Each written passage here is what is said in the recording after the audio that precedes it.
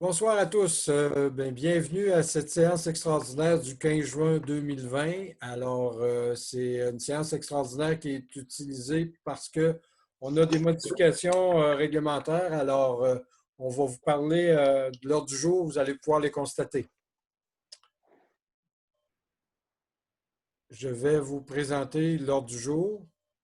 Lecture et adoption de l'ordre du jour. Une résolution pour la tenue de la séance à huis clos.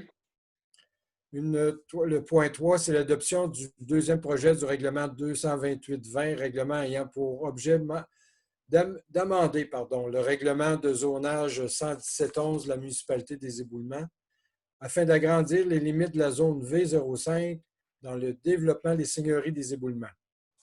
Le point 4, adoption du deuxième projet du règlement 229-20, règlement ayant pour objet d'amender le règlement de zonage 117-11 de la municipalité des Éboulements afin d'agrandir la limite de la zone V09 dans le développement du domaine Charlevoix et ajouter des usages complémentaires à l'usage résidentiel pour le même secteur. Le point 5, adoption du deuxième projet de règlement 230-20, règlement ayant pour objet d'amender le règlement de zonage 117-11 de la municipalité des Éboulements afin de modifier les normes relatives aux murs de soutènement, modifier l'usage projet d'ensemble écotouristique afin d'ajouter des secteurs de contraintes naturelles. Pardon. Le point 6, on a une dérogation mineure DM 2020-98 au 220 rang Sainte-Catherine. Le point 7, impression du guide des sentiers pédestres de la municipalité. Le point 8, acquisition de matériel informatique. Le point 9, résolution autorisant les dépenses nécessaires à l'ouverture des installations sanitaires de la municipalité dues à la COVID-19. Et le point 10, levée de l'Assemblée. Est-ce que j'ai un proposeur ou des modifications à l'ordre du jour? Oui, monsieur le maire. J'ai M. Mario Desmeules qui propose. Tout le monde est d'accord? Oui. D'accord, merci. Alors, résolution pour la tenue de la séance du Conseil à huis clos. Est-ce que j'ai un proposeur? Je propose. J'ai Jimmy Perron, M. Jimmy Perron qui propose. Est-ce que tout le monde est d'accord? Oui. Merci. Oui. 3. Pardon. Adoption du deuxième projet de règlement 228-20, règlement ayant pour objet d'amender le règlement de zonage 117-11 de la municipalité des Éboulements afin d'agrandir la limite de la zone V05 dans le développement de la seigneurie des Éboulements.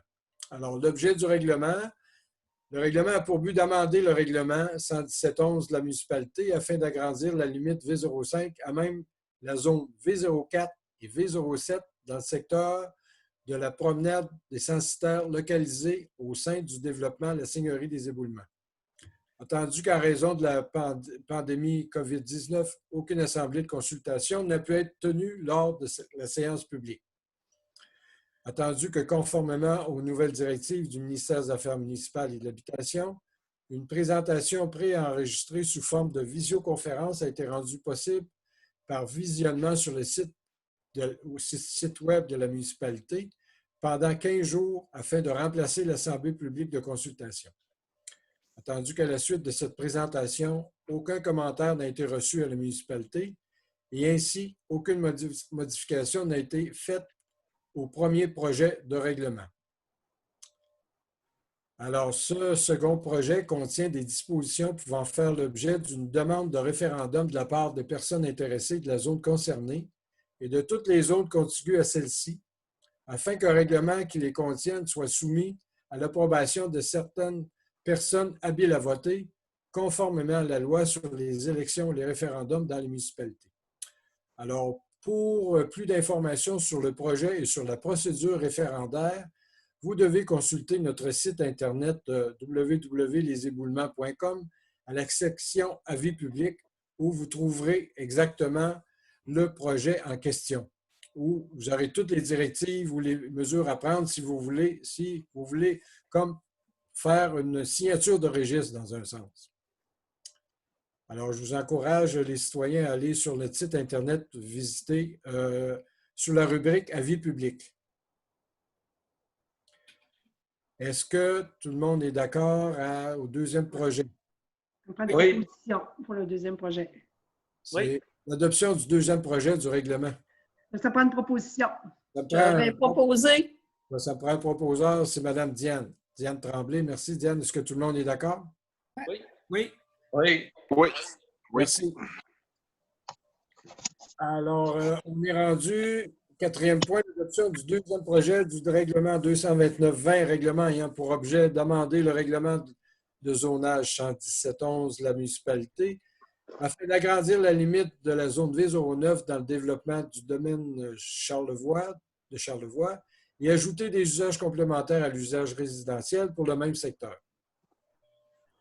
Alors, le présent règlement a pour but d'amender la zone 117-11 de la municipalité afin de modifier le plan de zonage pour agrandir la limite sud de la zone V09 à même la zone V01 dans le domaine Charlevoix, ainsi que de modifier l'article 11 de l'annexe 7 PA développement résidentiel du domaine Charlevoix afin d'ajouter des usages complémentaires à l'usage principal résidentiel pour le secteur de développement du même nom.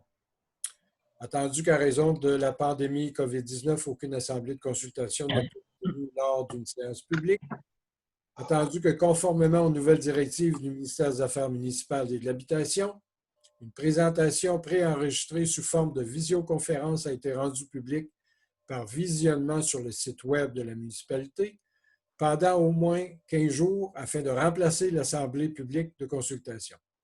Attendu que suite à cette présentation, aucun commentaire n'a été reçu à la municipalité et ainsi, aucune modification n'a été faite au premier projet de règlement. Ce second projet contient des dispositions pouvant faire l'objet d'une demande de référendum de la part des personnes intéressées de la zone concernée et de toutes les zones contiguës à celle-ci, afin qu'un règlement qui les contient soit soumis à l'approbation de certaines personnes habiles à voter, conformément à la loi sur les élections et les référendums dans les municipalités. Alors, comme dans le cas précédent, pour toute information sur le projet et sur la procédure référendaire, consultez notre site Internet à www.leséboulements.com à la section Avis public et vous aurez toutes les informations concernant ce projet de règlement. Alors, j'ai besoin d'un proposeur pour l'adoption du deuxième projet de règlement. Est-ce que j'ai un proposeur? Je propose. M. Jimmy Perron propose. Est-ce que tout le monde est d'accord? Oui. Oui. Oui. Oui, merci. Le point 5, adoption du deuxième projet, règlement 230-20, règlement ayant pour objet d'amender le règlement de zonage 117-11 de la municipalité afin de modifier les normes relatives aux murs de soutènement, modifier l'usage de projets d'ensemble écotouristique, ainsi que d'ajouter des secteurs de contraintes naturelles. Le présent règlement a pour but d'amender le règlement de zonage 117-11 de la municipalité des Éboulements afin de préciser la façon de construire un mur de soutènement lorsque les besoins justifient qu'il dépasse la hauteur prescrite au règlement, modifier la hauteur des unités d'habitation sur pilotis pour l'usage projet d'ensemble écotouristique et ajouter des aires marquées par des contraintes naturelles telles que les fortes pentes, 31% et plus, ainsi que les milieux humides. Entendu qu'à raison de la pandémie COVID-19, aucune assemblée de consultation n'a pu être tenue lors d'une séance publique. Entendu que conformément aux nouvelles directives du ministère des Affaires municipales et de l'Habitation, une présentation préenregistrée sous forme de visioconférence a été rendue publique par visionnement sur le site Web de la municipalité des Éboulements pendant au moins 15 jours afin de remplacer l'assemblée publique de consultation. Attendu que suite à cette présentation, aucun commentaire n'a été reçu à la municipalité et ainsi aucune modification n'a été faite au premier projet règlement. Alors, ce second projet contient des dispositions pouvant faire l'objet d'une demande de référendum de la part des personnes intéressées de la zone concernée et de toutes les zones contiguës à celle-ci, afin qu'un règlement qui les contient soit soumis à l'approbation de certaines personnes habiles à voter, conformément à la loi sur les élections de référendum dans les municipalités. Alors, pour plus d'informations, tous les citoyens sur le projet peuvent s'informer sur la procédure référendaire consultée consultez notre site Internet www.leséboulements.com à la section Avis public. Alors, j'encourage les citoyens à vérifier sur notre site Internet comme je viens de le mentionner. Est-ce que j'ai un proposeur sur le deuxième projet, règlement 229-20? 230. J'avais proposé, Emmanuel. Bien, moi, Linda, j'ai 229-20. Ouais, c'est 230, mais c'est pas grave, c'est correct, c'est 230. C'est bon. OK. 230-20. OK. Ouais, Alors, ouais, j'ai c'est ça. M. Manuel Deschênes qui a proposé. Tout le monde est d'accord? Oui. Oui. Merci. Oui. Alors, on a une demande de dérogation mineure DM 2020-98 au 220 rang Sainte-Catherine. Alors, l'objet de la dérogation consiste à autoriser le positionnement de garage annexé à une maison dans la ligne avant serait plus avancée de 2,44 mètres par rapport à la façade avant de la maison. Alors, selon l'article 5.2.1 du règlement de zonage 117.11 de la municipalité des Éboulements, toute construction accessoire, garage, cabanon, est interdite en cours avant de la maison. Alors, les raisons expliquant la dérogation, le demandeur considère que le décroché du garage un peu avant de la façade s'agence bien avec le style architectural désiré de la résidence. Si le garage était plutôt annexé sur le côté de la résidence, la largeur de la maison deviendrait trop élevée. La résidence deviendrait aussi trop profonde si la ligne avant du garage était reculée pour être alignée avec la façade de la résidence.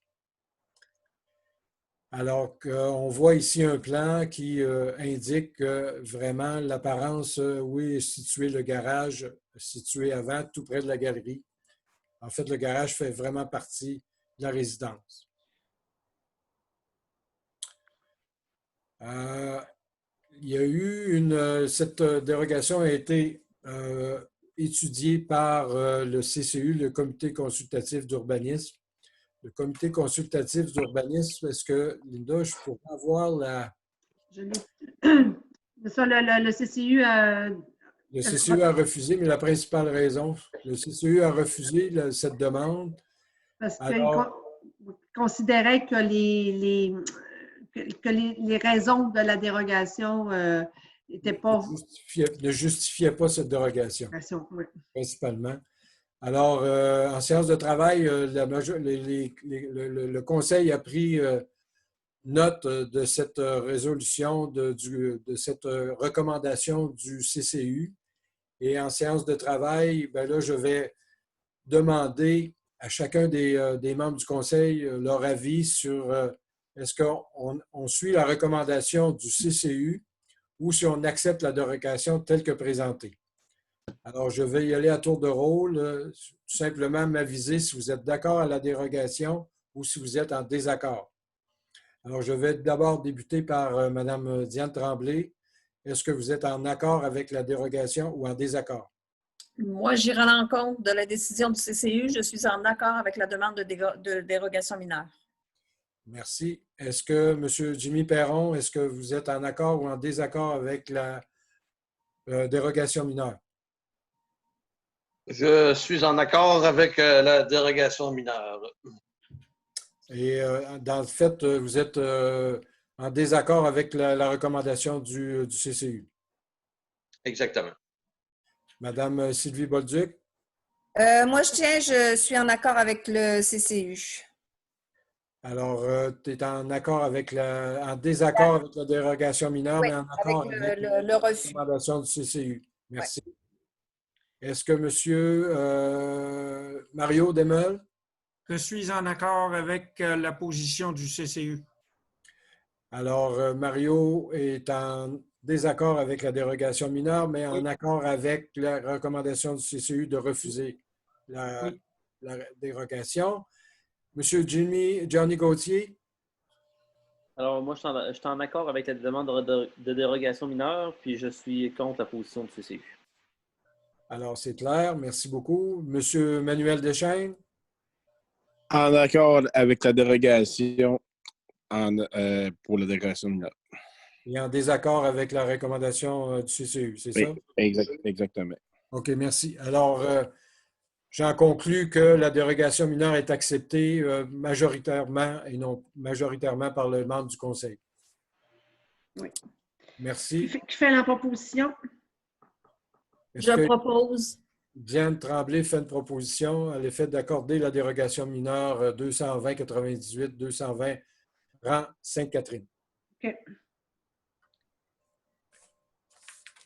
Merci. On en serait rendu à l'acquisition du matériel, non, pardon, réimpression du guide de sentiers pédestres. Alors, étant donné que ce guide est très recherché et il est distribué dans la majorité des agglomérations agro-touristiques ou touristiques de la région, des hôtels et tout, alors le Conseil a décidé de faire une mise à jour et une réimpression parce qu'on a des beaux sentiers pédestres. Alors, c'est intéressant aussi qu'on voit l'intérêt des visiteurs et même des gens de nos citoyens d'utiliser pour utiliser lors de nos... On a au moins 3 sentiers pédestres, sentier de la Forêt-Marine et du domaine Charlevoix, Louis-Charles, c'est ça, Louis-Charles, Charles-Odette. oui, et le paysan. Oui, et les paysans. Puis on en a 2 à Saint-Joseph-de-la-Rive, celui des maraîchers et celui des capitaines. Exact. Puis Alors, on a quand même aussi un qu'on appelle celui des artisans et des artistes qui couvre tout le village. Là. Si on part puis on monte dans le village, là, toutes les galeries d'art et tout ça, fait qu'on en a un aussi là, qui, dans le centre du village des éboulements. Oui, puis OK. Alors, vous voyez qu'on est assez bien représenté. Alors, c'est une mise à jour puis une réimpression. Est-ce que j'ai un proposeur pour la réimpression du... Alors, j'ai Mme Sylvie Bolduc. Est-ce que tout le monde est d'accord? Oui. Oui. Oui. Alors, merci. L'acquisition du matériel informatique, en fait, on avait déjà dans le budget de prévoir du nouveau matériel informatique. Puis là, avec la pandémie, bien, ça a modifié un peu notre approche parce qu'on est obligé de faire un peu, les employés doivent faire de plus en plus du travail, du télétravail à la résidence. Alors, au lieu, on va acheter un ordinateur de plus et ça modifie un peu le budget. Mais l'acquisition de 3 ordinateurs pour un montant de 3 200 $ avant taxe au lieu de budget qui était aux alentours de 2 500 $. Alors, ça prend quand même une résolution pour faire l'acquisition de ces 3 ordinateurs-là. Est-ce que j'ai un proposeur? Dario propose, M. le maire. Alors, M. Mario Demel propose. Est-ce que tout le monde est d'accord? Oui. Oui. Oui. D'accord. Oui. Merci beaucoup. Alors, je vous parlais d'achat d'ordinateurs à cause de la COVID-19. Bien, il y a une résolution autorisant les dépenses nécessaires à l'ouverture des installations sanitaires de la municipalité. Alors, à cause de la pandémie, bien, nos installations sanitaires étaient fermées. Maintenant, on a des directives qui nous permettent de les ouvrir, mais forcément, il faut engager du personnel supplémentaire pour respecter les mesures sanitaires. Alors, on aura l'embauche de Mme Réna Picard pour une période commençant le 17 juin 2020 jusqu'au 18 octobre 2020. Alors aussi, on aura, étant donné que les mesures sanitaires exigent que cette personne-là soit aussi véhiculée dans un véhicule, non pas son véhicule qui lui appartient, mais un véhicule qu'on doit louer pour lui permettre de se déplacer parce qu'on a 4 sites. On a un site à Saint-Joseph-la-Rive, on a